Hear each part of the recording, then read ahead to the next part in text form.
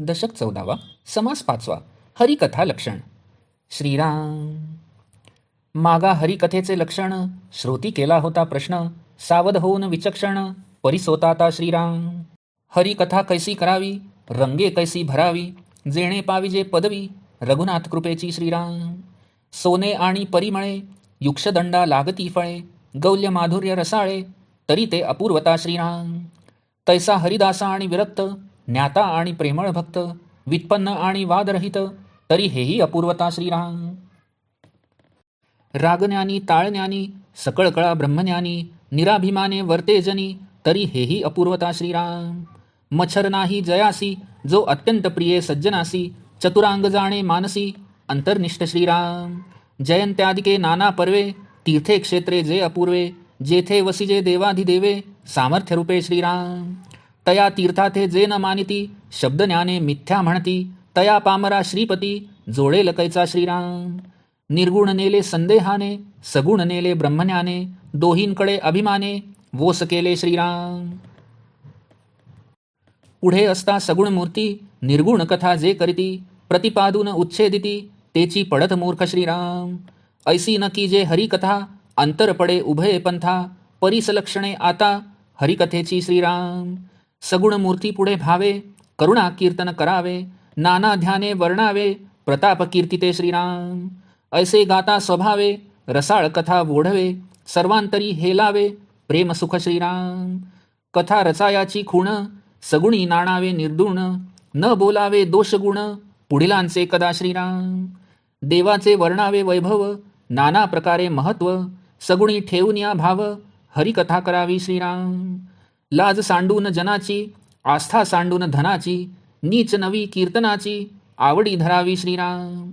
नम्र होऊन राजांगणी, निशंक जावे लोटांगणी, करताळिका नृत्यवाणी, नामघोषे गर्जावे श्रीराम.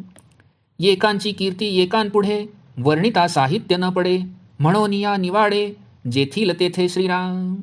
मूर्ती नसता सगुण, श्रवणी बैसले साधूजन, तरी अद्वैत निरूपण, अवश्य करावे श्रीराम. नाही मूर्ती नाही सज्जन, श्रवणी बैसले भाविक जन, तरी करावे कीर्तन, प्रस्ताविक वैराग्य श्रीराम. शृंगारिक नवरसिक, यामध्ये सांडावे एक, स्त्रियादिकांचे कौतुक, वर्णू नये की श्रीराम. लावण्य स्त्रियांचे वर्णिता, विकार बाधीचे तत्वता, धारिष्टापासून श्रोता, चळे तत्काळ श्रीराम. म्हणून ते तजावे, जे बाधक साधका स्वभावे, घेता अंतरी ठसावे, ध्यान स्त्रियांचे श्रीराम. लावण्य स्त्रियांचे ध्यान, कामाकार झाले मन, कैचे आठवेल ध्यान, ईश्वराचे श्रीराम. स्त्री वर्णिता सुखावला, लावण्याचे भरी भरला, तो स्वये जाणावा चेवला, ईश्वरापासून श्रीराम. हरिकथेसी भावबळे, गेला रंग तो तुंबळे, निमिष एक जरी आकळे, ध्यानी परमात्मा श्रीराम. ध्यानी गुंतले मन, कैचे आठवेल जन, निशंक निर्लज कीर्तन, करिता रंग माझे श्रीराम. रागज्ञान ताळज्ञान, स्वरज्ञानेसी व्युत्पन्न, अर्थान्वयाचे कीर्तन, करू जाणे श्रीराम.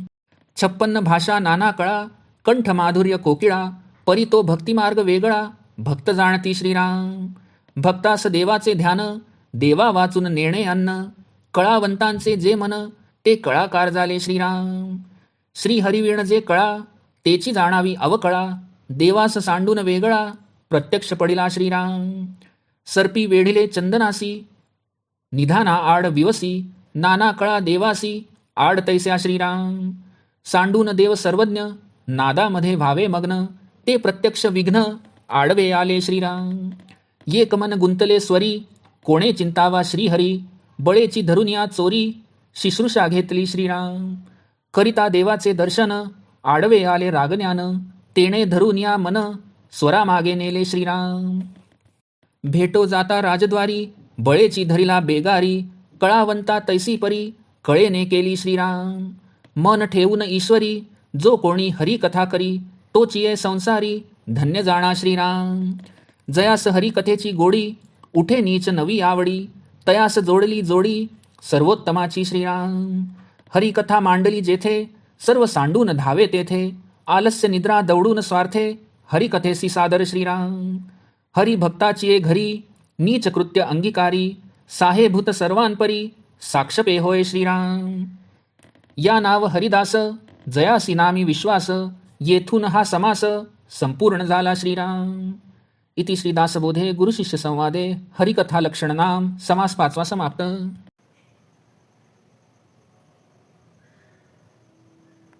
दशक 14वा समास 5वा हरिकथा लक्षण. श्रीराम. श्री समर्थ म्हणतात की मागे हरिकथेचे लक्षण काय असा प्रश्न श्रोत्यांनी केला होता, तरी जाणत्यांनी सावध होऊन त्याचे उत्तर आता ऐकावे. हरिकथा कशा प्रकारे करावी, तिच्यात रंग कसा भरावा की ज्या योगे रघुनाथाच्या कृपेस पात्र होता येते ते आता ऐका. सोन्याला सुगंध आला आणि उसाला गोड मधुर रसाळ फळे लागली तर जी अपूर्वता ठरेल, त्याप्रमाणे हरिदास असून विरक्त, ज्ञानी असून प्रेमळ भक्त आणि व्युत्पन्न असून जर ती व्यक्ती वादरहित असेल तर तीही अपूर्वताच होय. रागाचे, तालाचे उत्तम ज्ञान असणारा, सर्व कलांचे उत्तम ज्ञान असून जो ब्रह्मज्ञानी असूनही लोकांच्यात अत्यंत निराभिमानाने वागतो तो कीर्तनकार अपूर्वच म्हणावा. ज्याच्या मनात जराही मत्सर नाही, जो सज्जनांना अत्यंत प्रिय आहे, जो चतुरस्त्र असून अंतर्यामी ब्रह्मनिष्ठ आहे, असा कीर्तनकार उत्तम होय. जयंती, पुण्यतिथी इत्यादी पर्व काळात तसेच अपूर्व अशा तीर्थक्षेत्रांच्या ठिकाणी सामर्थ्य रूपाने देवादिदेवाचे अस्तित्व असते. जे अशा तीर्थांना मानित नाहीत, शब्दज्ञानाने मिथ्या म्हणतात, अशा पामरांना भगवंतांची प्राप्ती कशी होईल. निर्गुणाचे अनुभवजन्य निस्संदेह ज्ञान नाही, केवळ शाब्दिक ब्रह्मज्ञानामुळे सगुणावर श्रद्धा नाही, याप्रमाणे अभिमानामुळे ना निर्गुणाची प्राप्ती ना सगुणाची प्राप्ती अशी स्थिती होऊन दोन्ही दृष्ट्या ते वाया जातात. जे कीर्तनकार सगुण मूर्ती पुढे असताना कथेत निर्गुणाचे प्रतिपादन करून सगुणाचे खंडन करतात ते पडत मूर्ख जाणावे. म्हणून अशा प्रकारे हरिकथा करू नये, कारण सगुण निर्गुण यापैकी कुठलेच त्या योगे साध्य होत नाही. आता उत्तम हरिकथेची लक्षणे श्रोत्यांनी ऐकावीत. सगुण मूर्तीपुढे भक्तिभावाने करुण रसप्रधान भावपूर्ण कीर्तन करावे. कीर्तनात भगवंताच्या विविध रूपांच्या ध्यानाचे, त्याच्या प्रतापाचे व कीर्तीचे वर्णन करावे. अशा प्रकारे भगवंताचे गुणवर्णन केल्याने स्वाभाविकच कथेत अधिकाधिक रस उत्पन्न होऊन सर्व श्रोत्यांच्या अंतःकरणात भगवंतासंबंधी प्रेमसुख उचंबळून येते. उत्तम कथा करावयाची असेल तर सगुणांच्या कथेत मध्येच निर्गुणाचे प्रतिपादन करू नये. तसेच पुढे बसलेल्या श्रोत्यांच्या गुणदोषांचे वर्णन करू नये. सगुणाच्या ठिकाणी भाव ठेवून देवाच्या वैभवाचे व महात्म्याचे नाना प्रकारे वर्णन हरिकथेत करावे.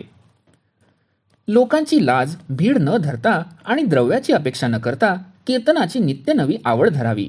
नित्य नवीन आख्याने रंगवावीत. नम्रतेने देवळातील सभामंडपात निशंकपणे देवापुढे लोटांगण घालावे. हातांनी टाळी वाजवत आणि मुखाने नामघोष करीत नाचावे. ज्या देवापुढे कीर्तन करायचे असेल त्याच देवाचे चरित्र, कीर्ती यांचे वर्णन कीर्तनात करावे. तेथे दुसऱ्या देवाची कीर्ती गाऊ नये. जे जेथे योग्य असेल त्याचीच निवड करावी. समजा जर कीर्तन करताना समोर सगुण मूर्ती नसेल आणि श्रवणास अधिकारी श्रोते असे साधू सज्जन बसलेले असतील तर अद्वैताचे निरूपण अवश्य करावे. समोर सगुण मूर्ती नसेल, अधिकारी साधू सज्जन श्रोते नसतील आणि सर्वसाधारण भाविक लोक श्रवणासाठी बसलेले असतील तर परमार्थाची प्रस्तावना जणू असे जे वैराग्य, त्याचे महत्त्व कीर्तनात वर्णन करावे. समजा कीर्तनात नवरसांचे वर्णन करावे लागले तरी त्यातील शृंगार रसाच्या वर्णनात स्त्रियांच्या सौंदर्याचे, हावभावांचे कौतुकाने वर्णन करू नये. स्त्रियांच्या लावण्याचे वर्णन केल्याने श्रोत्यांच्या मनात कामविकार निर्माण होतो. त्यामुळे तत्काळ ते आपल्या धैर्यापासून चळतात. म्हणून ते गाळावे ज्या योगे स्त्रियांचे ध्यान श्रोत्यांच्या मनी ठसेल असे साधकांना जे अत्यंत बाधक आहे असे वर्णन कीर्तनकाराने करू नये. स्त्रियांच्या लावण्याचे ध्यान लागून जर श्रोता वक्ता याचे मनात कामविकार उत्पन्न झाला तर त्यांना ईश्वराचे ध्यान करणे कसे शक्य होईल. जो कीर्तनकार स्त्रियांचे वर्णन करताना सुखावतो, त्यांच्या लावण्याच्या भरीस पडतो, तो स्वतःही ईश्वरापासून दुरावला आहे असे जाणावे. हरिकथा करीत असता वक्ता जर एक क्षणभर जरी परमात्म्याच्या ध्यानात मग्न झाला तरी हरिकथेच्या पूर्वी ओसरलेला रंग भावभक्तीच्या बळाने उचंबळून येतो. परमात्म्याच्या ध्यानात मन गुंग झाल्याने समोर लोक बसलेले आहेत हे स्मरण सुद्धा त्याला राहत नाही आणि प्रेमामुळे तो निशंक निर्लज्ज होऊन कीर्तन करू लागला की रंग भरतो. एखाद्या कीर्तनकाराला उत्तम रागज्ञान असते, तालज्ञान असते, स्वरज्ञान असते, तो विद्वानही असतो आणि अन्वय अर्थ यांचा समन्वय करून तो उत्तम कीर्तन करतो. जगात अनेक भाषा आहेत. एखाद्या कीर्तनकाराला अनेक भाषा येत असतात. त्याच्या अंगी नाना कळा असतात. कोकिळेसारखे कंठ माधुर्यही त्याच्याजवळ असते. पण भक्तिमार्ग हा यापेक्षा वेगळाच आहे. जे भक्त असतात तेच त्यास जाणू शकतात. भक्ताला फक्त देवाचेच ध्यान असते. देवा वाचून अन्य तो काहीही जाणत नाही, अथवा देवाशिवाय इतर काही म्हणजे अन्नही त्याला आठवत नाही.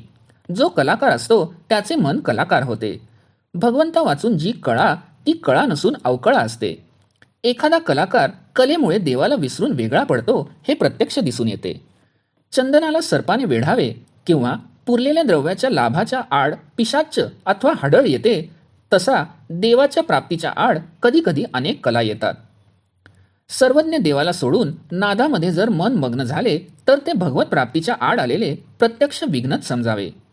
माणसाला मन तर एकच आहे. ते जर स्वरातच गुंतून पडले तर श्रीहरीचे ध्यान कोणी करावे. एखाद्या चोराने एखाद्या माणसाला बळेच धरून न्यावे आणि त्याच्याकडून सेवा करून घ्यावी, तसेच ते घडते.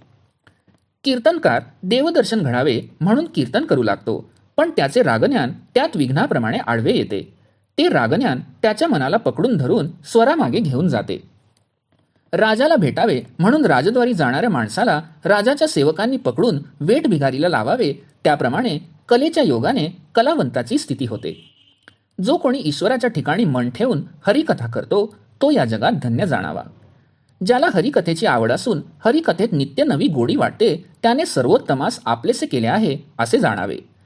जेथे कुठे हरिकथा होत असेल तेथे आळस, निद्रा आणि स्वार्थ इत्यादी सोडून जो धाव घेतो आणि अत्यंत आदराने कथा ऐकतो, तसेच हरिभक्ताच्या घरी कोणतेही हलके काम देखील मनापासून करतो आणि सर्व प्रकारे जाणीवपूर्वक त्यास सहाय्यभूत होतो आणि ज्याच्या नामावर दृढ विश्वास असतो त्याला हरिदास असे म्हणतात.